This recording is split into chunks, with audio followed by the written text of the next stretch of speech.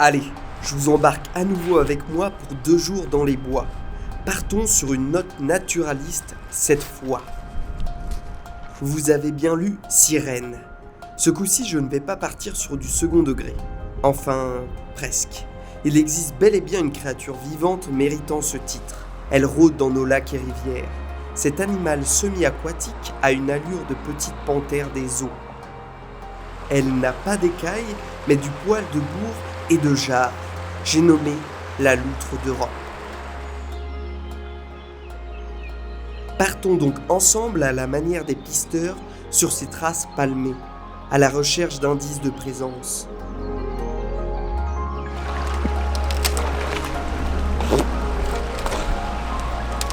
Voilà maintenant 4 ans que je prospecte les cours d'eau pour aider le groupe Mammalogique Breton, le GMB, à cartographier le retour de l'abeille sur son territoire d'origine.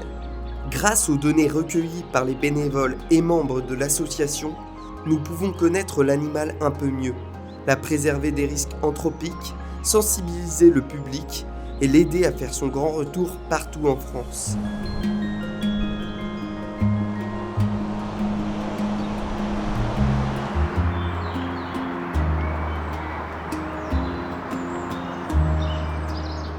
La loutre d'Europe a presque été éradiquée de notre pays avant sa protection en 1981.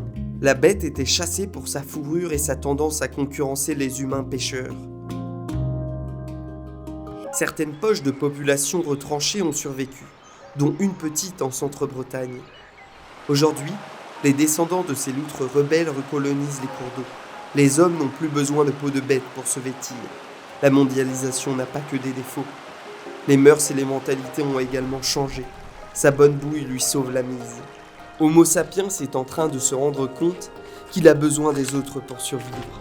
Sans l'abeille et le passereau, l'homme ne fera pas de vieux os. Descartes, concernant le rapport homme-nature, n'aura pas le dernier mot.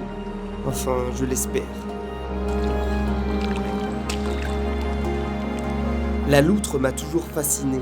Je la trouve magnifique, drôle, espiègle, mystérieuse. Elle se nourrit principalement de poissons, mais aussi de batraciens, invertébrés et plus exceptionnellement de petits mammifères. Cette grande solitaire est une chasseuse hydrodynamique, parfaitement adaptée à son milieu. Sa queue puissante lui sert de gouvernail, ses moustaches appelées vibrisses, de radar et ses yeux peuvent voir sous l'eau. Mais contrairement à ce que l'on pourrait croire, elle sait se mouvoir aussi parfaitement sur la terre ferme. Vitesse de pointe à 39 km/h tout de même.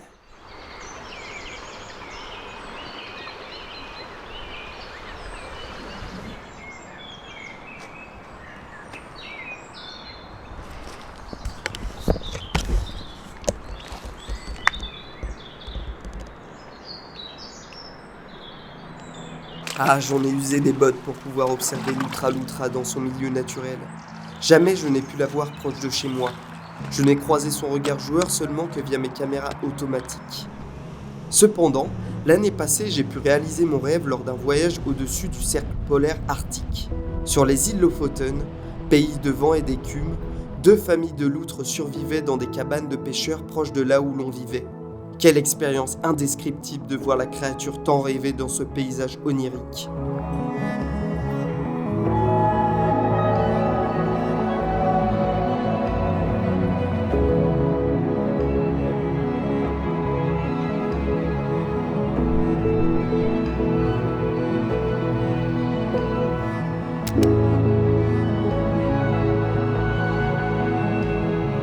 De retour en Bretagne, j'ai repris mes recherches pour espérer rencontrer sa cousine armoricaine.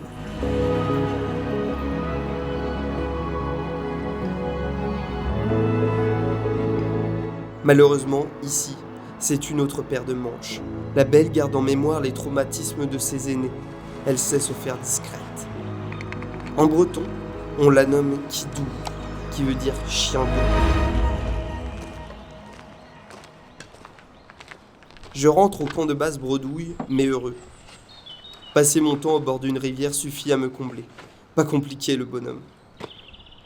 Manger, dormir, rêver et au petit matin tout recommencer.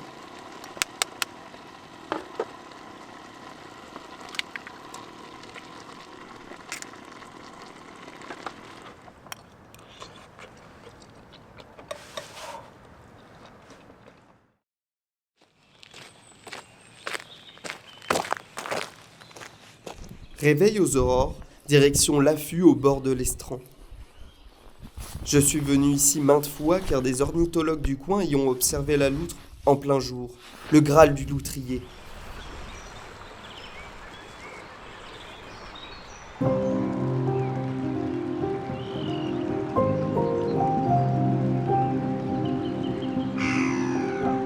L'estran est aussi le paradis des limicoles, ces oiseaux chassant dans la vase.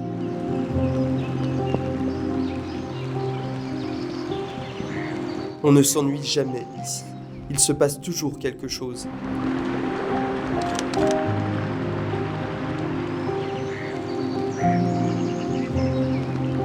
Aujourd'hui, le spectacle auquel j'ai pu assister a été le ballet des martins pêcheurs.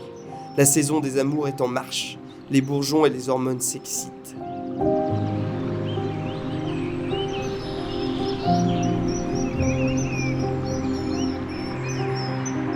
C'est pas pour faire le tonton, mais les crottes de loutre, ça me connaît.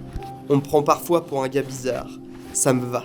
Je crois même que j'aime ne pas faire des choses conventionnelles. J'aime choquer l'urbanisé. Faut dire que sentir des excréments le week-end, c'est pas commun. Quand on me demande « Tu fais quoi dans la vie ?» Généralement, je réponds « Moi, je cherche des crottes de loutre. » Satanée question, hein. Comme si un travail définissait une personne. Ce qui la définit réellement, selon moi, c'est ce qu'elle fait de son temps de liberté.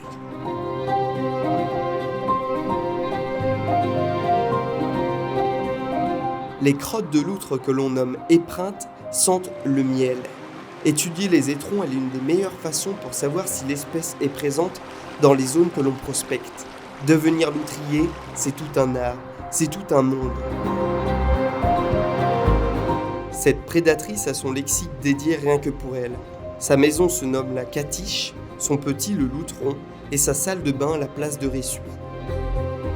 Le loutrier est un passionné, un uluberlu renifleur se trimballant toujours avec son bâton. Outil numéro 1 du naturaliste. Son appui, son sondeur, son meilleur ami. Ne blâmez pas ce pauvre bougre. Est-ce que se trimballer dans les bois à la recherche d'un fantôme niellé est plus absurde que passer son temps de liberté devant le JT ? 4 années d'affût, d'espérance, de recherche qui sont, je dois bien l'avouer, sporadiques. Devrais-je me concentrer sur une seule espèce ? Un but ? Un rêve naturaliste unique ? Comment avoir plus de temps à m'y dédier dans cette société qui n'en a que faire ? Comment canaliser cette urgence de vivre, de voir, qui me ronge ? J'admire les humains capables de se dédier à une seule quête. Papillon, j'ai du mal à me concentrer. Heureusement que les caméras automatiques travaillent pour moi lorsque je travaille pour survivre.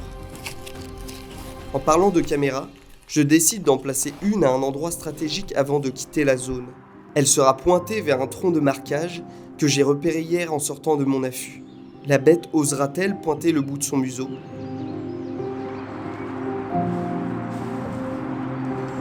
13 jours plus tard, je reviens sur les lieux et voici ce que je découvre.